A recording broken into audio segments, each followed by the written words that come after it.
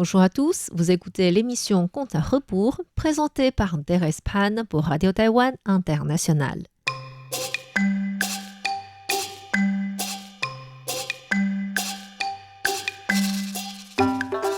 La semaine dernière, nous avons vu comment le jeune Ayong avait eu l'opportunité de se mettre à l'école d'un moine s'appelant Maître Qing-Yun pour apprendre la littérature et des arts martiaux. En connaissant le feng shui du lieu où les ossements des parents de ce garçon reposaient, Lai Puyi était sûr que ce Ayong deviendrait quelqu'un de grand. Pour donner un coup de main à la réussite ultérieure de Ayong, le géomancien décida de lui trouver un logement dont le feng shui correspondait au lieu de sépulture de ses parents. Lai Puyi vérifia les chaînes de montagne et trouva que plusieurs chaînes en forme de dragon se prolongeaient vers le sud, à la province de Guangdong. À cette époque-là, cette province était encore considérée comme un lieu désertique, mais Lai Puyi était sûr qu'en raison du feng shui, il y aurait de nombreuses personnes importantes qui y apparaîtraient. Il suivit donc ces montagnes dragons pour trouver le lieu où l'énergie spirituelle était la plus forte. Or, arrivant au centre de la province de Guangdong, les chaînes de montagnes étaient comme coupées. Nerveux, Lai Puyi savait qu'il y avait forcément un lieu très important alentour, car plus un grand dragon était grand, plus il savait se cacher. Il trouva donc une chambre à l'auberge dans ce village s'appelant Gaoyao, afin de procéder à des recherches de fond. Après 2-3 jours de prospection dans les montagnes autour, il découvrit un soir un sentier abandonné derrière l'auberge. Il prit ce sentier et trouva une petite montagne composée par des rochers déchiquetés. Les herbes alentour étaient spécialement luxuriantes. Il vérifia attentivement ce lieu en faisant plusieurs tours et découvrit que cette petite montagne ressemblait à une partie de la tête de Qilin. Selon l'art de la géomancie, ce lieu s'appelant Qilin en embuscade permettrait aux habitants de connaître une descendance prospère et qui aurait la richesse. Ravi, Lai Puyi retourna à l'auberge pour se reposer en pensant faire plus de recherches le lendemain.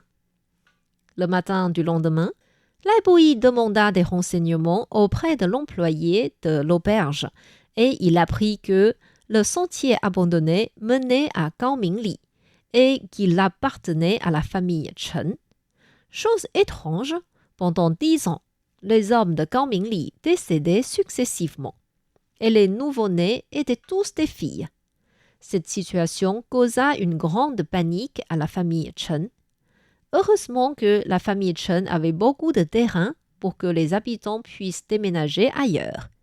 Par conséquent, Gaomingli fut délaissé pendant des années. Le chef de la famille Chen avait employé plusieurs maîtres de feng shui pour voir ce qu'il pouvait faire, mais aucun ne savait lui expliquer la cause de ce malheur et il disait tout simplement que le feng shui de Gaomingli était irréversible. Lai Puyi raisonna en lui-même. « C'est vraiment bizarre. Je suis sûr que ce lieu collectionne du bonheur issu de plusieurs dragons. Au niveau de la géomancie, c'est même d'un gré supérieur. Est-ce qu'il y a des points que j'ai pu ignorer hier soir? Il faut que je vérifie de plus près aujourd'hui. » Du coup, Lai Puyi reprit le sentier et arriva à Gaomingli. Il observa bien l'environnement et découvrit que le problème venait des constructions. En réalité, le Qilin en embuscade avait posé sa tête par terre et les maisons de Gaomingli étaient construites pile sur les yeux de Qilin. Un animal légendaire devenait ainsi aveugle et ne pouvait plus exercer assez de puissance. En plus, son énergie spirituelle se retrouvait écrasée et rebondissait sur les habitants. Les hommes étaient du souffle yang et furent attaqués en premier par ce rebond d'énergie. C'était pour cette raison que les hommes décédaient l'un après l'autre. Le patriarche de la famille Chen s'appelait Chen Jiguang. Quand le sentier de Gaomingli commença à être développé il y a quelques années, les gens y avaient construit de nouvelles habitations. Chen Jiguang utilisa son droit de patriarche et accapara ces maisons toutes neuves. Mais quand plusieurs hommes de sa famille décédèrent, il se précipita de quitter ce lieu.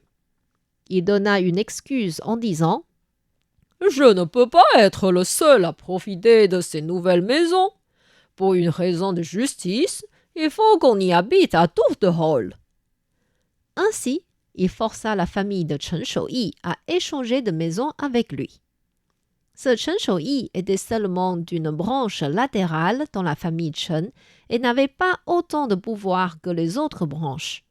En plus, les jeunes hommes de sa famille ne voulaient pas travailler pour leur patriarche et étaient tous partis travailler dans les villes voisines. Ils ne rentraient qu'une fois par an au Nouvel An chinois. Ainsi, parmi les 3 familles sous sa charge, il ne restait que les femmes et les enfants. Ce qui faisait que Chen Jiguang intimidait encore plus cette branche.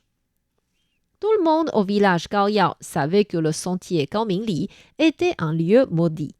Bien sûr que Chen Shouyi ne voulait pas y emménager. Ainsi, il installa des stands de chaume à côté de Gaomingli comme maison provisoire de sa famille, en attendant que les jeunes rentrent au Nouvel An chinois afin de lutter pour leurs droits. Ce jour-là, Lai Puyi ouvrit son stand de 10 heures d'avenir à côté de l'auberge en vue de gagner sa vie. Chen Shouyi avança lentement vers lui en tenant sa canne et dit en soupirant « Maître, pourriez-vous calculer pour moi quand est-ce que notre famille pourra retourner à la maison héritée de nos ancêtres ?» Lai Puyi prit pitié de cet homme âgé avec les larmes aux yeux et vêtu d'un habit sale. Il lui demanda donc « Monsieur Chen, vous avez des maisons à Gaomingli. Pourquoi laisser les enfants souffrir sous les stands ?» Vous ignorez ma situation. Je suis en charge de mes petits-enfants et arrière-petits-enfants. Si nous emménageons dans les maisons à Gaomingli et qu'un malheur tombe sur eux, que pourrais-je dire à leur père ? En parlant de cela, Chen Shouyi ne pouvait plus retenir ses larmes et se mit à pleurer. Lai Puyi trouvait cet homme loyal et dit « Monsieur Chen, si vous me faites confiance, j'ai un moyen pour que vous emménagiez à Gaomingli avec votre famille sans que le malheur tombe sur vous. » Sans aucune hésitation, Chen Shouyi se mit à genoux et dit « Maître, je vous fais confiance. Aidez-nous et dites-moi ce qu'il faut faire. » Étant touché par la sincérité de Chen Shouyi, Lai Puyi voulait encore plus l'aider. Il consola l'homme devant lui. « Pour ne rien vous cacher, je suis Lai Puyi, le maître géomancien du pays recherché par le Premier ministre. Agissez selon mes instructions et je vous assure qu'en moins de 10 ans, votre descendance sera riche et prospère. » Et les 2 hommes discutèrent toute la nuit pour les détails. Sans sentir de fatigue, Chen Shouyi alla voir Chen Jiguang dans la matinée en disant « Patriarche, j'accepte d'emménager à Gaomingli et d'échanger avec vous la maison héritée de mes ancêtres. Mais de peur que les jeunes ne protestent quand ils seront de retour, je voudrais que vous écriviez un contrat pour prouver cet échange de maison. » Puisque Chen Shouyi acceptait de changer la maison avec lui, bien sûr que Chen Jiguang ne refuserait pas sa demande. En réalité, quand Chen Jiguang voyait que la famille de Chen Shouyi logeait sous les stands en chaume, il avait peur que Chen Shouyi porte plainte contre lui. Puisque son action n'était pas légitime, s'il voulait gagner un procès potentiel, il faudrait payer une grande somme. Avare comme il était, il se souciait justement de savoir comment gagner le procès sans payer. Et voilà que Chen Shouyi proposait de régler ce problème uniquement avec un contrat. Il n'avait absolument aucune raison de refuser. Chen Xiguang prépara un grand banquet et invita tous les responsables de famille à venir pour être témoins. Les gens croyaient que Chen Shouyi avait perdu la tête de résoudre le problème de cette manière. Mais comme c'était lui qui avait pris l'initiative, personne n'avait de raison de lever une objection pour lui. Le lendemain de la signature du contrat, Chen Shouyi employa des maçons pour démolir les 2 maisons devant la petite montagne à Gaomingli. Ensuite, ils construisirent un mur de clôture qui entoura les maisons et la petite montagne. À la place des 2 maisons démolies, ils installèrent 2 tables d'offrande avec une lampe éternelle sur chaque table.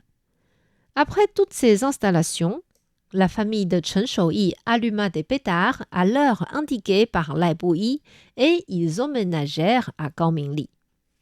Chose étrange, depuis leur déménagement, un bruit souterrain se fit entendre toutes les nuits, un peu comme du tonnerre. Chen Shouyi demanda avec inquiétude des renseignements auprès de Lai Buyi et celui-ci le rassura. « N'ayez pas peur, c'est le signe que le Qilin se réveille. 1 mois plus tard, vous n'entendrez plus ce bruit. » Effectivement, ce bruit dura 1 mois et s'arrêta tout seul. Et depuis que la famille de Chen Shouyi logea à Gaomingli, non seulement tous les garçons restèrent en vie, mais en plus, ils étaient devenus studieux et diligents. Chen Shouyi était ravi et consolé par ce résultat. Chen Xiguang trouva cela étrange et était sûr qu'il y avait la main de quelqu'un derrière. Il mena son enquête et apprit que l'idée venait du diseur d'avenir qui était de passage dans leur village. Voulant pour sa descendance aussi un bel avenir, Chen Xiguang choisit aussi d'employer Lai Buyi pour avoir son avis sur la géomancie de leur tombe ancestrale. Est-ce que Lai Buyi aidera ce patriarche avare? Je vous invite à revenir la semaine prochaine pour la suite de l'histoire.